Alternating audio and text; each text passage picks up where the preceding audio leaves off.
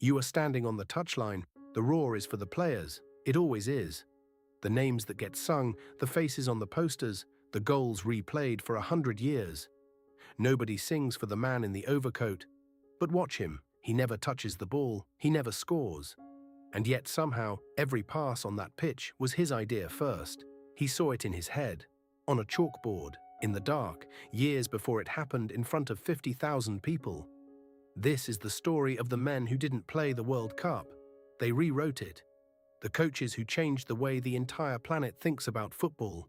Some of them never lifted the trophy at all. It didn't matter, their ideas outlived the men who beat them. Let's start with the greatest team that never won. Budapest, the early 1950s.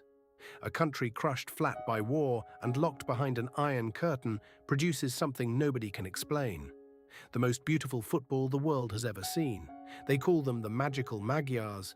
And the man holding the chalk is Gustav Sebes, a former trade union organizer, a true believer, a man who genuinely thinks football can be a form of socialism played at speed.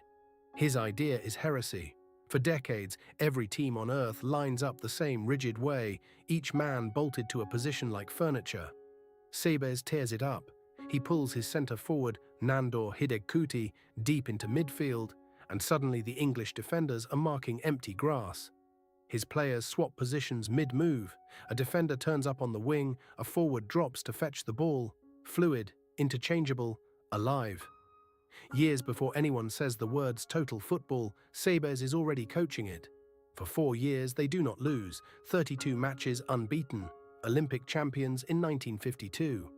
And then in 1953 they walk into Wembley, where no team from outside the British Isles has ever beaten England, and win 6-3. It isn't a result, it's an execution. 6 months later they do it again, 7-1, the heaviest defeat England has ever suffered. That day at Wembley changes everything. England, the inventors of the game, unbeaten at home against foreign sides for 90 years, stand and watch men in cherry-red shirts pass them dizzy. The English newspapers don't just report a defeat, they report a revolution.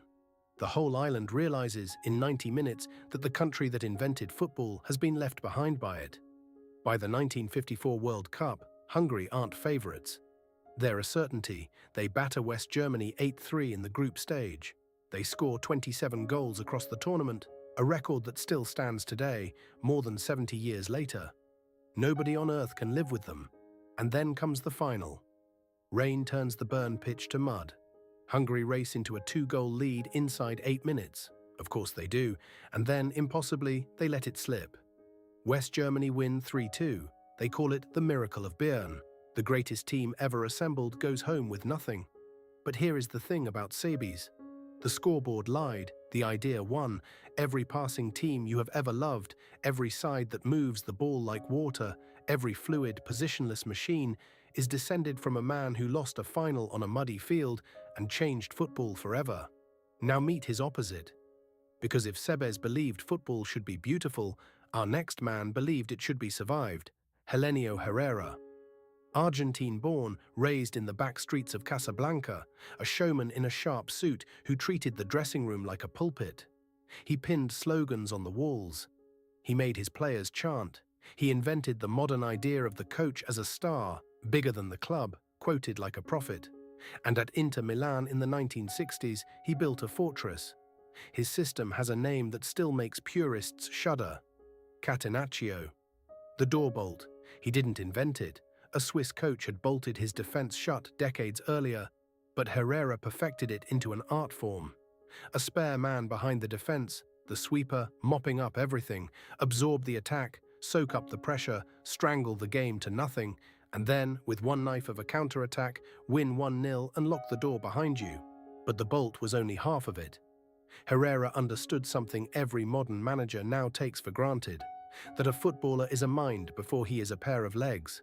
He controlled his players' diets, their sleep, their thoughts. He gathered them in a circle before kickoff and had them shout his slogans back at him until they believed they could not lose. He turned superstition and motivation into a science. The modern manager, the psychologist, the motivator, the man whose words matter as much as his tactics, that figure starts with Herrera. It was ruthless, it was cynical, critics hated it. And it worked like nothing before it. Back-to-back European Cups in 1964 and 1965. They called his team Grande Inter, the Great Inter, and for half a decade, beating them felt like trying to break down a wall with your forehead. Sebes gave the world attack. Herrera gave it the dark art of defense, and every coach since has had to choose which voice to listen to. That argument, beauty against winning, would soon tear an entire nation in two.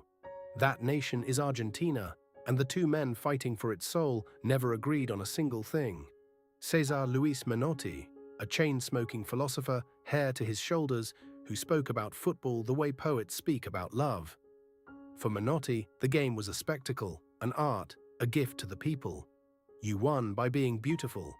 In 1978, with his own country watching and a brutal military dictatorship breathing down the team's neck, Menotti's Argentina won the World Cup on home soil, playing with freedom, with flair, with the ball glued to their feet.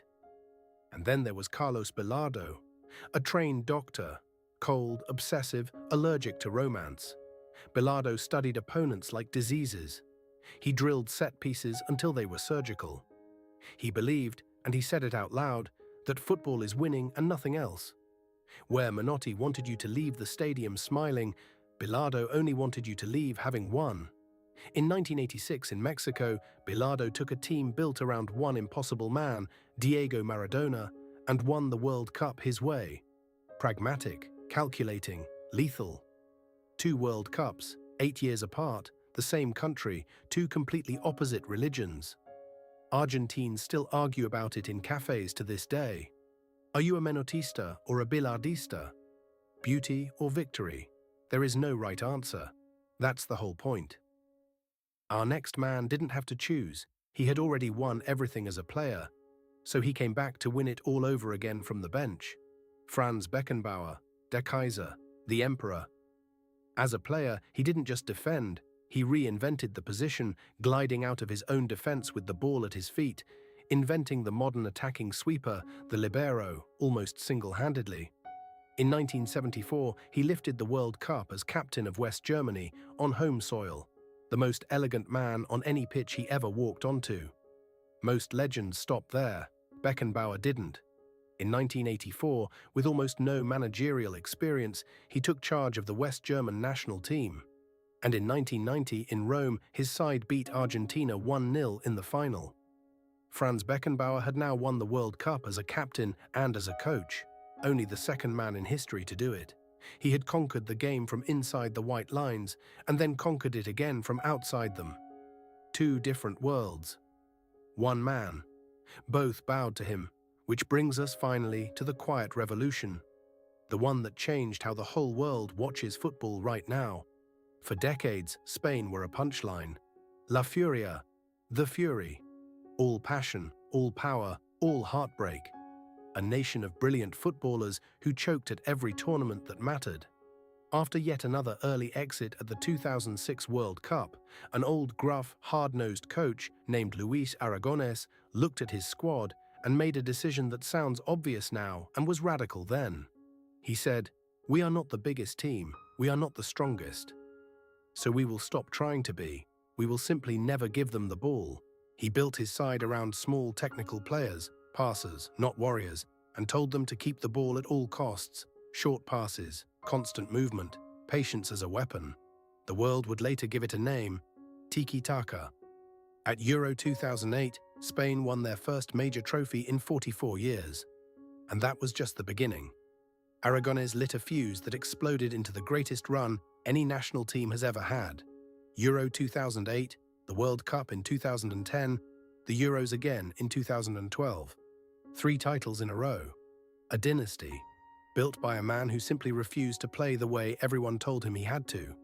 So look back at that touchline, the man in the overcoat, the one nobody sings for. A union organizer who turned losing a final into the blueprint for modern football. A showman who taught the world how to defend.